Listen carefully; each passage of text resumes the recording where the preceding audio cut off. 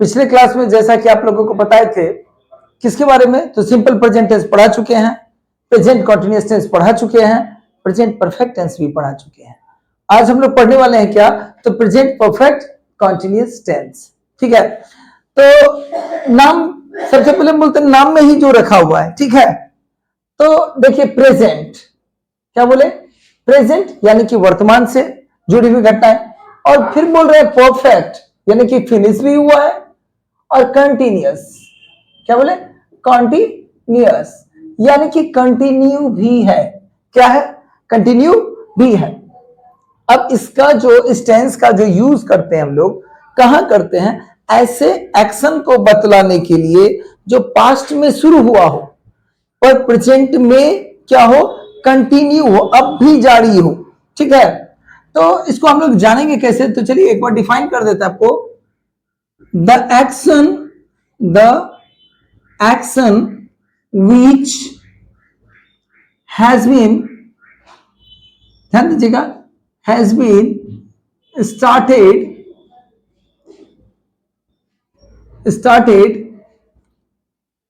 from a certain time,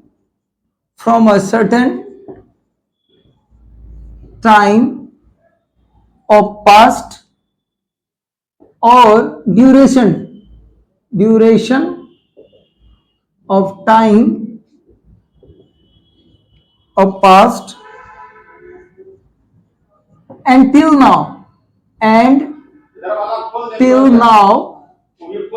continued, अब देखिए ऐसे काम को करने के लिए जो क्या हुआ हो कि पास्ट में शुरू हुआ हो, यानी कि किसी सर्टेन टाइम पर शुरू हुआ हो, किसी एक निश्चित समय पर शुरू हुआ हो, या किसी निश्चित समय के दौरान शुरू हुआ हो और अब भी क्या हो, कंटिन्यू है। तो ऐसे सेंटेंस को, ऐसे एक्शन वाले सेंटेंस को या स्टेटमेंट को हम प्रेजेंट परफेक्ट कंटीन्यूअस टेंस में रखते हैं। ठीक है, अब आप देखिए कुछ एग्जांपल लेकर के चलते हैं ताकि समझ में आ जाए। मैं 5 वर्षों से पूर्णिया में रह रहा हूं, पूर्णिया में रह रहा हूं। अब आप इस सेंटेंस को थोड़ा सा ऑब्जर्व कीजिए, फिर इंग्लिश टू इंग्लिश भी आपको बताएंगे। ठीक है, मैं 5 वर्षों से पूर्णिया में रह रहा हूं, तो रहने का काम कब शुरू हुआ, 5 years ago, और अभी भी क्या है, कंटिन्यू है हमारा रहना क्या अभी भी जारी है। ऐसा जो स्टेटमेंट होगा हमारा या ऐसा जो सेंटेंस है उसको हम रखेंगे किसमें, तो प्रेजेंट परफेक्ट कंटीन्यूअस टेंस में रखेंगे। ठीक है, जैसे देखिए I have been living in Purnia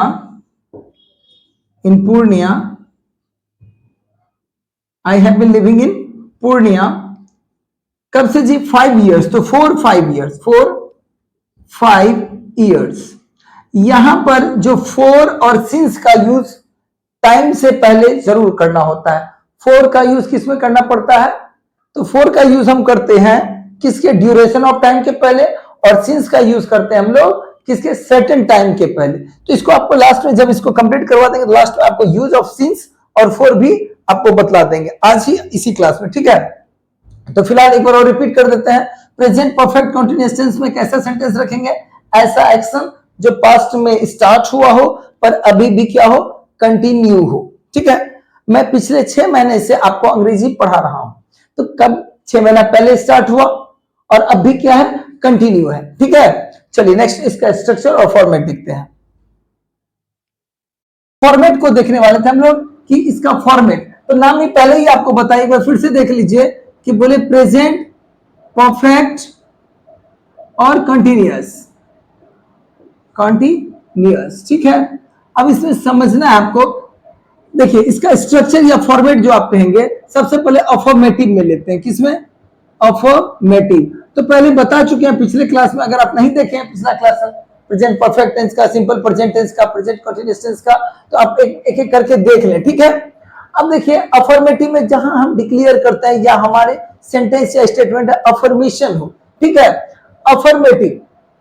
affirmative में क्या करना है हमको, देखिए प्रेजेंट सब्जेक्ट ऑब्जेक्ट तो सब में रहता है, पहले कह चुके हैं, कई बार कह चुके हैं कि जो एक्शन को कर रहा है वो सब्जेक्ट और जो एक्शन को फेस कर रहा है वो क्या है, वो ऑब्जेक्ट है, सब्जेक्ट है। अच्छा, प्रेजेंट परफेक्ट टेंस आपको पढ़ाए थे जिसमें हम बताए थे हैज हैव और वर्ब का तीसरा रूप। अब यहां तक अगर आप ध्यान देंगे तो प्रेजेंट परफेक्ट यानी कि हैज हैव का यूज तो होना ही है, सब्जेक्ट प्लस हैज और हैव। देखिए फॉर्मेट याद नहीं करना पड़ेगा अगर इससे चलेंगे तो। प्रेजेंट परफेक्ट टेंस पिछले क्लास में पढ़ाए, आपको बताए थे हैज और हैव। और अब देखिए वर्ब का तीसरा रूप भी लगाना है, क्योंकि परफेक्ट में आपको कई बार कह चुका है चाहे प्रेजेंट परफेक्ट हो, पास्ट परफेक्ट हो या फ्यूचर, वर्ब का तीसरा फॉर्म लगता है। लेकिन यहाँ कह रहा है कॉन्टिन्यूअस भी, कॉन्टिन्यूअस कह रहा है, यहाँ चौथा फॉर्म तब लगेगा। तो क्या करेंगे, तो ध्यान दीजिएगा, हम पहले भी बता चुके हैं बी, वॉज और बीन, ठीक है। इसको V1 कहते हैं, इसको V2 और ये V3। तो हम यहाँ V3 का यूज करेंगे, बीन का यूज करेंगे। बीन का यूज क्यों हुआ पता भी चल गया होगा आपको, सब्जेक्ट प्लस हैज है प्लस बीन। और क्या यूज करेंगे, कंटिन्यूअस है तो वर्ब का चौथा फॉर्म। और क्या आपको यूज करना है, तो टाइम के पहले सिंस या फोर, सिंस या फोर प्लस टाइम, ठीक है। लेकिन इससे पहले आप ऑब्जेक्ट का यूज करेंगे, किसका, ऑब्जेक्ट। उसके बाद अगर टाइम रहेगा तो ही आप सिंस, फोर के बाद आप क्या करेंगे, टाइम का यूज करेंगे, सिंस या फोर। तो आपको लास्ट में बताएं, जैसा कि आपको बता दिया जाएगा कि सिंस का यूज कहां करें और फोर का यूज कहां करें। तो एक बार इस स्ट्रक्चर और फॉर्मेट को देख लीजिए, याद कैसे रखेंगे। Has been, have been verb का चौथा रूप, has been, have been verb का फोर्थ फॉर्म। फोर्थ फॉर्म किसको कहते हैं, ING form, coming, going, dancing, ये सब बता चुके हैं पहले भी। एक एग्जांपल ले लेते हैं, देखिए I have been teaching English. I have been teaching English since 2019, ठीक है। देखिए सिंस लगा है, सर्टेन टाइम है 2019, वो 20 नहीं हो सकता, 2009 क्या सर्टेन है, निश्चित है, इसलिए सिंस लगा है। बता चुके पहले ही। आई हैव बीन आप देखिए आई के साथ आपको प्रेजेंट परफेक्ट टेंस से भी पढ़ा रहे थे तभी बताए हैं, आई के साथ, वी के साथ है, यू के साथ है, दे के साथ है, ठीक है। और भी लगाए। अब वर्ब का चौथा रूप टीचिंग और ऑब्जेक्ट देखिए इंग्लिश। अगर इसी में आपका निगेटिव रहेगा तो अब तो आसान है, पिछला क्लास अगर आप देखे होंगे तो समझ गए होंगे ट्रिक कि कैसे जो है निगेटिव बनाया जाता है, इंट्रोगेटिव बनाया जाता है, WH बनाया जाता है। आपको कुछ नहीं करना है, हैज हैव के बाद किसका यूज करेंगे, तो नॉट का, subject plus has, have plus not और प्लस बी। एक बात याद रखेंगे, बी हो, बिन हो, बिंग हो, कभी भी किसी का भी यूज हो तो उसके बाद सीधा वर्ब आता है, नॉट वगैरह नहीं आता, इसलिए बिन से पहले ही नॉट लगाएंगे जब भी लगाएंगे। Has, have, not plus been verb का चौथा रूप प्लस ऑब्जेक्ट प्लस आपको पता है सिंस या फोर प्लस टाइम, ठीक है। अब इसी में आप देख सकते हैं I have not been teaching Urdu since 2019 कर सकते हैं। आई have not been teaching Urdu for 2 years. For 2 years. यहां जो आप देख रहे हैं 2 years लिखे, ये ड्यूरेशन ऑफ टाइम है, ये पता नहीं चल रहा है कि किस ईयर से, ठीक है, ड्यूरेशन ऑफ टाइम, ठीक है। तो 2 years, तो यहां क्या यूज किए, 4 का यूज किए। इसको नॉट पर आते हैं, क्या बोले, निगेटिव स्टेटमेंट था हमारा, निगेटिव स्टेटमेंट होने की वजह से हम किसका यूज किए, नॉट का, ठीक है। I have not been teaching Urdu for 2 years, ठीक है। ये आपका अफर्मेटिव हो गया, ये निगेटिव हो गया। इंट्रोगेटिव, इंट्रोगेटिव में होता है कितना प्रकार, तो पहले बता चुके हैं, यस नो और WH। चलिए दोनों को लेकर के चलते हैं। कौन सा बोले, इंट्रोगेटिव। इंट्रोगेटिव में आप देखिए, इंट्रोगेटिव में पहले भी बता चुके, कई बार कह चुके हैं कि अगर नहीं देखे पिछला क्लास तो देख लीजिए, ठीक है। इंट्रोगेटिव में कितना प्रकार का, एक यस नो होता है और दूसरा होता है WH, यस नो और WH। जिसका आंसर आप यस नो में दे सकते हैं वह यस नो, ठीक है। उसमें क्या करेंगे, तो ये जो हैज है हेल्पिंग वर्ब है इसका, उसको पहले यूज कर लेंगे, क्या करेंगे, उसको पहले यूज कर लेंगे। तो हैज और have according to subject has have का यूज करेंगे। जहां हैव लगेगा, जैसे आई, वी, यू, दे के साथ प्लूरल नाउन के साथ हैव लगता है, सिंगुलर के साथ हैज लगाते हैं, प्लस अब क्या बचा, सब्जेक्ट। अगर जरूरत पड़ जाए तो आप नॉट लगा सकते हैं, अदरवाइज आप यहाँ हैजंट और हैवंट शॉर्ट फॉर्म का भी यूज कर सकते हैं। प्लस क्या, बी प्लस वर्ब का चौथा रूप ऑब्जेक्ट प्लस आपका रेस्ट वर्ड, रेस्ट वर्ड में क्या आ गया, तो सीन्स 4 टाइम, ठीक है। और यही WH वाला रहेगा, हम पहले भी बता चुके, WH सबसे पहले यूज होगा। WH का यूज क्या होगा, सबसे पहले। WH के बारे में बता चुके हैं, वाई, वेयर, व्हाट, व्हेन, ये सब क्या WH वर्ड है। एक एग्जांपल लेकर के चलते हैं ताकि और क्लियर हो जाए आपको, ठीक है। क्या तुम बिहार में 6 महीने से नहीं रह रहे हो, तो क्या कहेंगे, have you not living in Bihar for 6 months interrogative, या not, have you done, have you not, और उसके बाद यहां पर देखिए छोड़ दिए हैं, बीन लगेगा, क्या लगेगा, बीन लगेगा। Have you not been living in Bihar for 6 months। अगर आपको नॉट निगेटिव वाला स्टेटमेंट इंटरोगेटिव में नहीं देना था तो नॉट का आप यूज नहीं करेंगे। जैसे कह सकते have you been living in Bihar for 6 months, क्या आप 6 महीने से बिहार में रह रहे हैं, क्या आप बिहार में 6 महीने से नहीं रह रहे हैं, ये निगेटिव से इंटरोगेटिव में, तो आप इसका आंसर क्या देंगे, यस या नो में, यस या नो में। और यही कहेंगे कि तुम सुबह से क्या कर रहे हो, तो आप इसका आंसर क्या यस नो में दे सकते हैं, नहीं दे सकते हैं। तो चलिए एक एग्जांपल इसका भी ले लेते हैं, WH का, तो what have you been doing since morning? That means कि आप सुबह से क्या कर रहे हो, what have you been doing since morning, सुबह से आप क्या कर रहे हो। आप इसका आंसर यस नो में नहीं दे सकते हैं, आपको रीजन बताना होगा। तो ऐसा क्वेश्चन या ऐसा इंट्रोगेटिव सेंटेंस या ऐसा क्वेश्चन सेंटेंस जिसका हम आंसर यस या नो में नहीं दे सकते हैं, उसमें हम क्या यूज करेंगे, किसका, तो WH वर्ड का। चलिए सिंस और फॉर का यूज आपको बता देते हैं, ठीक है। उसके बाद अगली क्लास में जो है सिंपल पास्ट के बारे में। चलिए देखते हैं यूज ऑफ सिंस और फॉर।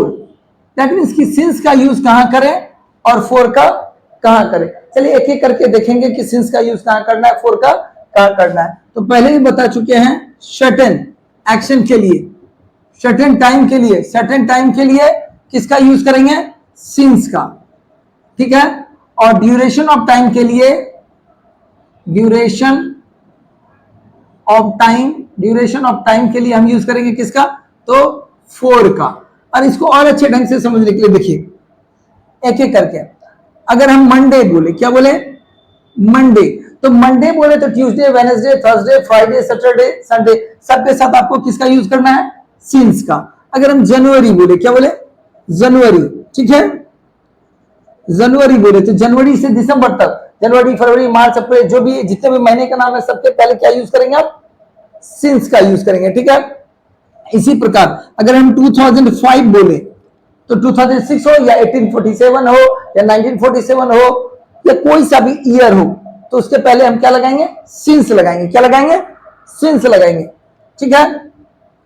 उसके बाद देखते चलिए, मंडे हो गया, जनवरी हो गया, 2005 हो गया, जितना भी, या मॉर्निंग हो गया। अच्छा मॉर्निंग जब बोले तो इवनिंग के लिए भी आप क्या, सिंस का भी यूज करेंगे, आफ्टरनून के लिए, ठीक है। उसके बाद टाइम के लिए क्या बोले, टाइम देखते चलेंगे, टाइम जैसे बोले 2 o'clock, क्या बोले, 2 o'clock, 2 बजे, 2:30 बजे, 3 बजे, जो भी बोल रहे हैं सर्टेन टाइम बता रहे हैं, सिंस का यूज करेंगे, इसका, सिंस का।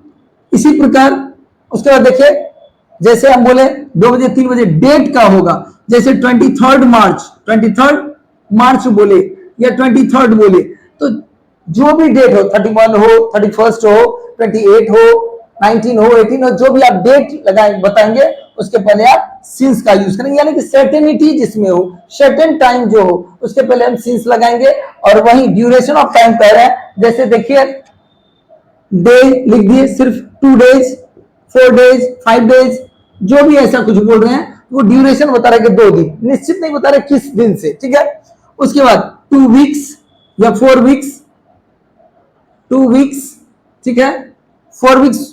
अच्छा यही बोले 5 years, तो 5 years बोले या 100 years बोले, ठीक है, या 10 years बोले, तो ड्यूरेशन बता रहा है, वो 2005 से है या 2003 से है या 6 है वो नहीं बता रहा, 5 इयर्स यानी 5 साल। वो कब से हुआ, कब से स्टार्ट हुआ, इसका नहीं पता चला, सिर्फ केवल 5 साल बताया जा रहा है। ठीक है, ये सारा देख रहे हैं ड्यूरेशन। ठीक है, 2 घंटे से बोले 2 आवर्स, 2 आवर्स 2 घंटे से, 3 घंटे से, 5 घंटे से, ये सारा कुछ क्या बता रहे हैं, इसमें ड्यूरेशन बताया जा रहा है। ठीक है, और यहां बोले 30 days, 40 days, 45 days, 2 months, 3 months, जैसे मंथ में ही बोल दिया, अगर आप देखिए 5 मंथ्स, तो ये ड्यूरेशन बता रहा है। पता नहीं वो जनवरी से है या दिसंबर से, ठीक है, लेकिन ये क्या बता रहा है, ड्यूरेशन। नेक्स्ट क्लास में हम लोग जो उम्मीद करते हैं कि समझ में आया। अगर आपको नहीं आया हो तो आप कमेंट कीजिए, ताकि हम आपके लिए और क्लियर कर सके आपके प्रॉब्लम को। और अगला क्लास जो है सिंपल पास्ट का, यानी कि पास्ट स्टार्ट कर देंगे, पास्ट का रिवीजन भी आपको, क्योंकि ये रिवीजन क्लास चल रहा है। ठीक है, तो आप लोग देखिए और समझ में आए तो लाइक कमेंट कीजिए। Thank you.